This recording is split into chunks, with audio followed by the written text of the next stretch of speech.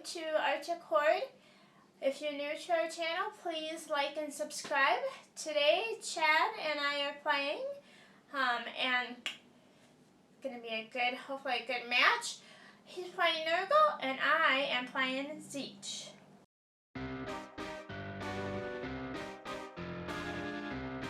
Okay, so I drop my tree before we decide who picks sides or who drops or anything like that, so down goes the tree. Rolling to see who's going to set up first. Okay, rolling to see who's going to set up first. Alright, so it looks like Heidi gets to choose. So, Heidi, who's going to set up first? I will set up first. So we're playing the Places of Arcane Power. It's the 3 objectives going down the center line there. So one's right in the dead center. And then one on each end. And you gotta have a hero within 3 inches in order to capture these objectives. So this whole scenario is based on heroes. Yep, so I have a 1, a 3, 1, 2, 3, 4, 5 4s, and 2 6s. On the Wheel of Contagion, I got a 1. So that ends up being Unnatural Vitality. That's what that does, is it adds 2 inches to the move characteristics of Nurgle units for this turn. My army consists of this gentleman right here is the Flux Master. He is on a disc. This one is a spawn unit of Screamers. I have 2 10 units of the Pink Hordes. So one is here and one is here. This is my Big Bird. And then this is my guy with the horns. He's a wizard, and he's a wizard. The Big Bird will be my general. The command trait that I gave to him is Magical Supremacy. And basically it gets to add 12 inches to the range when attempting to unbind or dispel an endless spell. This gentleman right here, again, for my Lord of Change, which is the Big Bird, I'm giving it the Phenomenal Weapon, which basically improves window characteristics of the barrier's melee weapon by 1. And then for the Lore of Chain, which a wizard can have, I'm giving it the Unmutation, and I'm giving it to the Horn guy. And that is the end of my Power of Artifacts and Command Traits. So today I'm playing the Maggotkin of Nurgle. Down in the end here I have some Blight Drones, just 1 unit of 3. In the middle there I get the Great Unclean One, he's my general. I have 2 units of Plague Bearers, they're going to be my battle line. Over there I have Epidemus. I have Spoil Pox. I also have the Pox Bringer, which is right there. Oh, and then on the Great Unclean One, he is going to be my general. And the spell I gave him is the Sumptuous Pestilence. And then the artifact I gave him is the Tome of 1,000 Poxes. And he also has the command trait, Pestilent Breath. There's the Feculent Gnarlmaw I set up before we set up the armies. And so Heidi finished dropping first, so she's going to get to go first. So let's go on to Tzeentch, turn 1.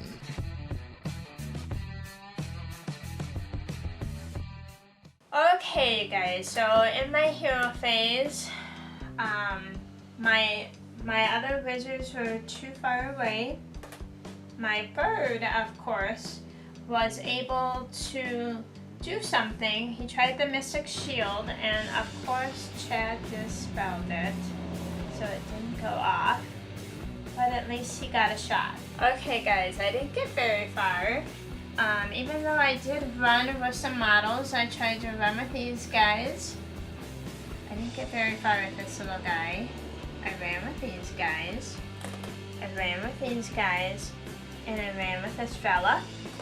So my bird shot his missile and killed one of Chad's little squirmy dudes over there. So that is the only thing I was able to do with my shooting phase. Guess it's better than nothing. So because I was able to run with things, I'm on all 3 objectives, one here, and one here at the end of my turn. So at the end of Heidi's first turn, she is up 3-0. So I got to get up there and get her off. Come and get me, punk.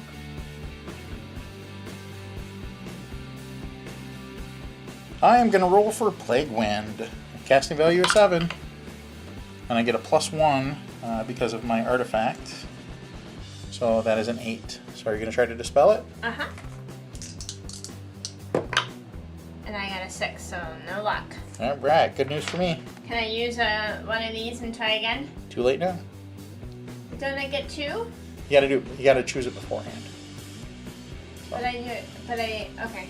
So Heidi and I looked at her rule real quick, and she would have changed that 4, or the 2 to a 4, so it would have been 8 and would have tied me.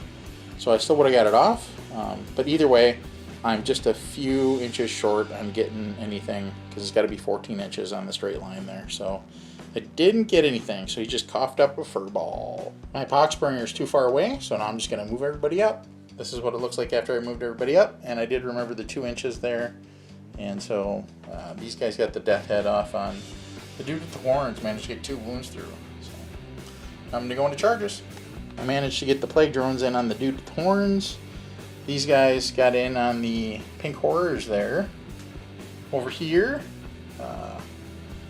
the Scrivener, he's just hanging out back there, picking weeds. So is the Great Unclean One.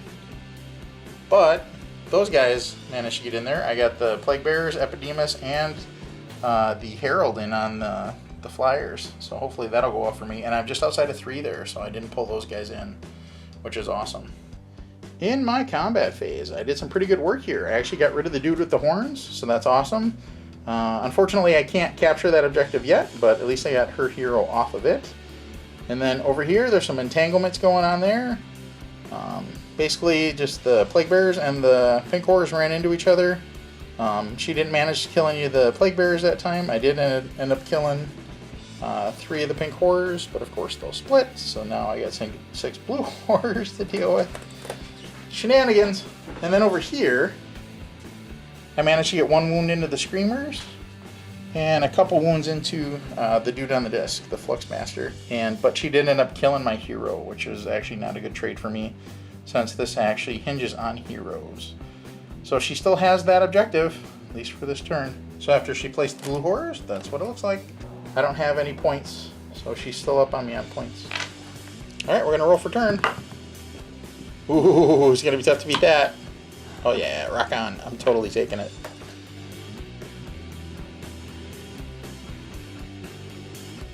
My wheel moves over to number 2. It is Fecund Vigor. Add 1 to wound rolls of all attacks made by Nurgle units in the combat phase. So, she's within 3 inches of that Feculent Gnarlmaw. I need a 4+. I do not get it, so nothing happens there. I figured out my contagion points. I have 3 because I'm in my territory, and 3 because I have some models in her territory. She has models within 3 inches of my Feculent Gnarlmaw, so I don't get any points for that. And there isn't anywhere where there's no enemy models in the same territory as friendly Nurgle models. So I get 6. So in total, the way this worked out is I got 3 for the first turn because I was in my own territory and she was not. And then also, because of that, I have 3 because there was no enemy models in the same territory as the Nurgle models. And then, I'm sorry, I get 1 for that. And then also, there was nothing within 3 inches of the Feculent Gnarlmaw in that turn, so D3 for that. So I rolled and I get a 1 for that. So total, I have 9, 10, 11 contagion points. So we're going to see what I can do with that. So in my hero phase, I got Pestilent Breath off, went through here, and she ended up saving it, but I did add 1 back to my Plague Bearers because of that. I tried Mystic Shield, but it failed. So now I'm going to go on to movement, and I will decide at the end of my movement phase what I'm going to do. I'm pretty sure I'm just going to drop a Feculent Gnarlmaw back behind the big bird here so he can start taking some wounds maybe. That's my plan. Movement phase. I use move the Scrivener up here, and then so now he's going to be within range to shoot at the Pink Horrors there. At the end of the movement phase, I did spend 7 points and drop a tree right behind the bird there. And then over here, those guys actually retreated out. So now I'm going to be able to charge with the big dude there, with the Green Unclean one. So I will be able to get on that objective this turn. So that is what I'm going to do. Before some charges though, I'm going to do some shooting. Alright, this lucky fella right here ended up picking off a couple, or actually one of those guys. And then with the big dude there, he picked off a couple guys over there. But of course they'll end up coming back as blue horrors. So now I'm going to do my charges. Alright, end of Chad's phase. So here's what happened. I got rid of a screamer there and put a wound into the other screamer that's sitting there, but she's still on that objective. I couldn't move her off of there. Did I get some more wounds into the leader? I think I did, didn't I? No. Oh, that's right. I completely whiffed with the plague bearers there. They were counting their poxes. They didn't want to do with things.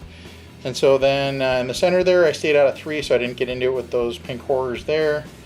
And then over on this side, I did end up doing some work there. Got rid of 2 pinks and 3 blues. Actually, more than that. I got rid of 4 pinks and 3 blues. But of course, they'll all come back as the little flamer dudes and everything else. So at the end of my turn, I got that objective there. So I'm just going to get 1 point for there. 2. Get 2. No, I just took it this turn. This is our second round. Yeah, you get 1 for each turn that you hold it. Oh, okay. So I get 1 for there. And then she still got the center one and that end one there. So we're going to go into Heidi's turn 2. Oh, I should mention we're going to add back all of the pinks or all of the blue horrors before we go into turn 2 for Heidi there, but and in the little flamer dudes as well.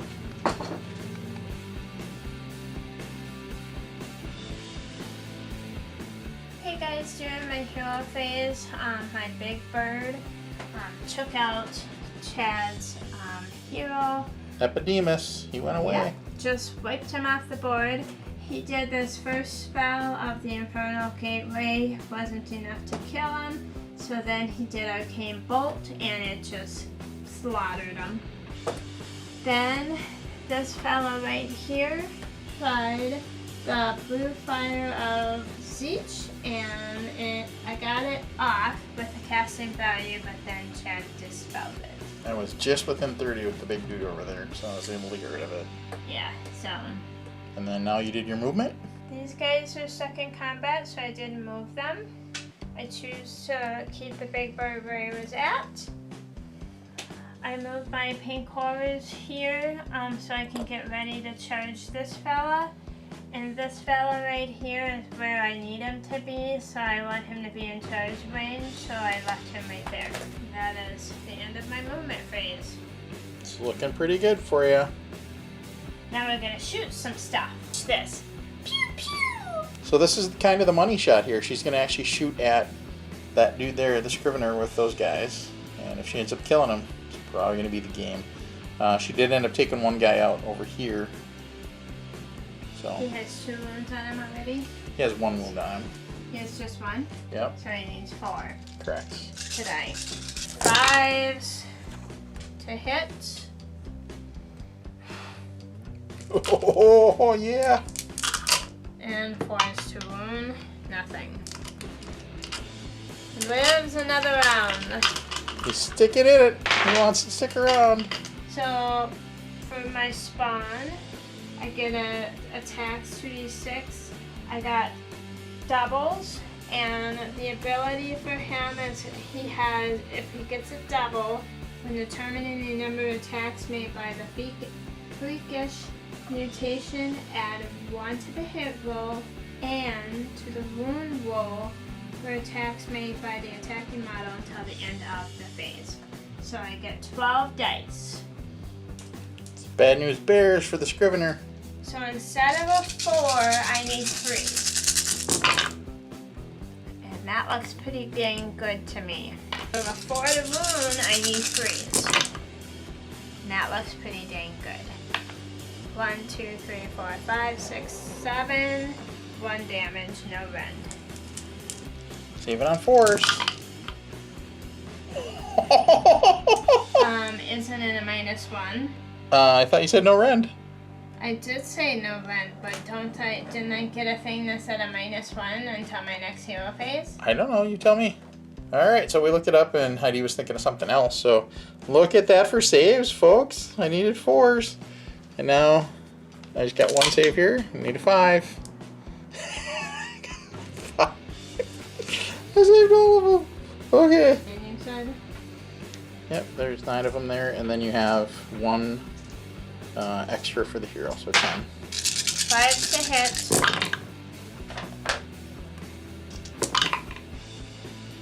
I got 2. And your end? Nope. 1 damage. Okay. And then I needed a 4. Now I need a 5. So it takes 1. Completed all my charges. Now I'm gonna start combat. Okay, so this little burger is still around. Try really hard to get him off the board, but no dice. He came back and swung at me and got 2 pink cores, so they will turn into blue dudes. Hit with these guys over here. I took some out, so I got lucky there. And then I attacked over here and I took some out, and then Chad attacked back and took out 2 pinks and a blue, and so I will replace them with this bunch over here.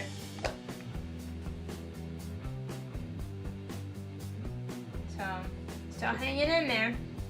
So at the end of your turn, let's add up the points real quick. So you'll get 2 for here. Yep, and 2 for there. 2 for there. So a total of 4. So a total of 4. And you had 3 from the first round. Yep. So that's 7. Yep. And bottom of this turn, I have 1. So you are beating me 7-1. So we'll replace the horrors, and then we will roll for turn. Okay, so here's for all the marbles, folks. 3. Come on, baby! 6! Ugh. Oofta! They say oofta up here in the Great White North. Oofta! Okay. So, we're gonna call it. Good game. I'm 3 games beating!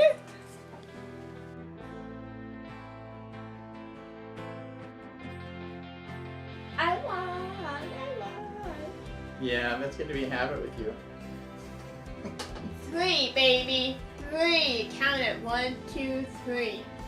Well, 3 in this, and then you've also beaten me in more time. So my dice were on fire in this game, though. They were sticking around. And if I would have got turn, I would have played it out another turn. But that dude over there is kind of my last dying hope.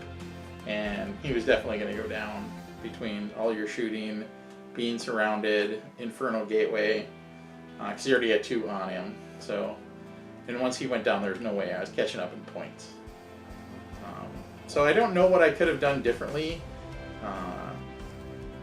Definitely a different army build. I don't think this army was built to take on all of those borders. So. Well, one thing for sure, my bird may be powerful, but it really just sits there for most of the game. Looks scary. Well, that's the way it's supposed to be. Actually, in your army, you don't want to really get him into combat if you don't have to. It's kind of a last resort. So, question. Is it bad sportsmanship when I give you grief when you're my husband? I think it is, but that's up to you. I think we should let the viewers decide. That's a scary thought. Just kidding, guys. So, but anyway, all in all, that was a good game, and you'll definitely be seeing more Tzeentch on the table. And so this time, if you notice, we didn't do a lot of dice rolls. We did them when I thought it was kind of crunch time and guys were going to get killed. Because that way Heidi could focus more on the rules, because we're still learning the rules for it. And if we stop a lot to record the dice rolls, it kind of just throws off the flow of the game. So I apologize if it's not as entertaining to you, but that's the reason why we skip the dice rolls in this one. And we do skip the dice rolls sometimes in other games as well, but specifically when we're learning something new, it's easier to skip the dice rolls because you can have more of a flow in the game. So, but all in all, I thought it was fun, great game, and it was fun to play with these terrain boards. We've had these for a long time.